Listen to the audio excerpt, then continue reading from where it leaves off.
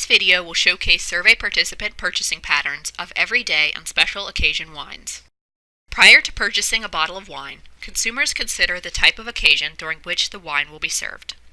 Survey participants were asked if there was a difference in the type of wine they purchased for everyday consumption versus those purchased for special occasions. 72% of respondents said they do purchase different wines for everyday consumption and special occasions.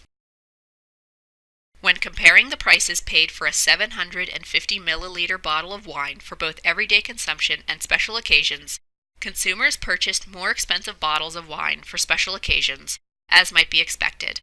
For everyday consumption, nearly a third of participants reported spending $8 to $10.99 on a bottle of wine, with slightly fewer purchasing wine priced between $11 and $14.99.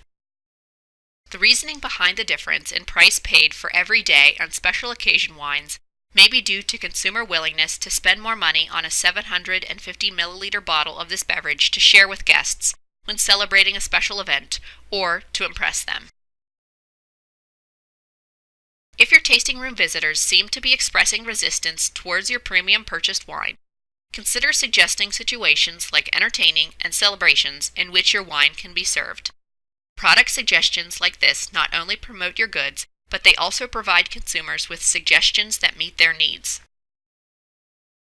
The majority of consumers, 50.4%, indicated that they do not tend to purchase wines that are sweeter or drier for everyday consumption compared to wines they purchase for special occasions. For those who do have a preference, 33.9% of participants tend to purchase wines that are sweeter for everyday consumption compared to wines they purchase for special occasions, and 15.7% of participants tend to purchase drier wines for everyday consumption as compared to special occasions.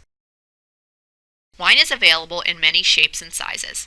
According to Tinknell & Tinknell, a wine consulting firm, 6% of all wine sold in the U.S. in 2011 was not in glass containers. Also, sales of 3-liter boxed wines increased 16% from 2010 to 2011.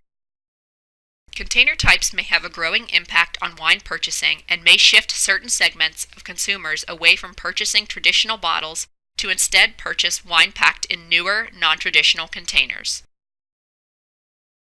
When participants were asked to compare their purchases of wine in 750 milliliter glass bottles with that of boxed wine, more than half of survey participants exhibited no difference in container type for everyday wines versus wines purchased for special occasions.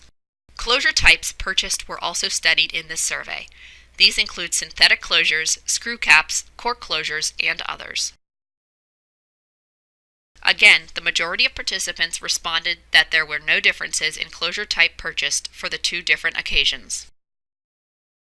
Wineries will first need to determine what their customers want to see if they are specifically interested in one particular packaging type. This can be done by surveying your customers and then potentially testing a certain packaging type to help determine actual demand. Overall, the majority of consumers in the Mid-Atlantic did not have a preference for many of the attributes tested. However, as alternative packaging becomes more popular among 21 to 34-year-olds, also known as millennials, exploring different container types may be of value to your winery.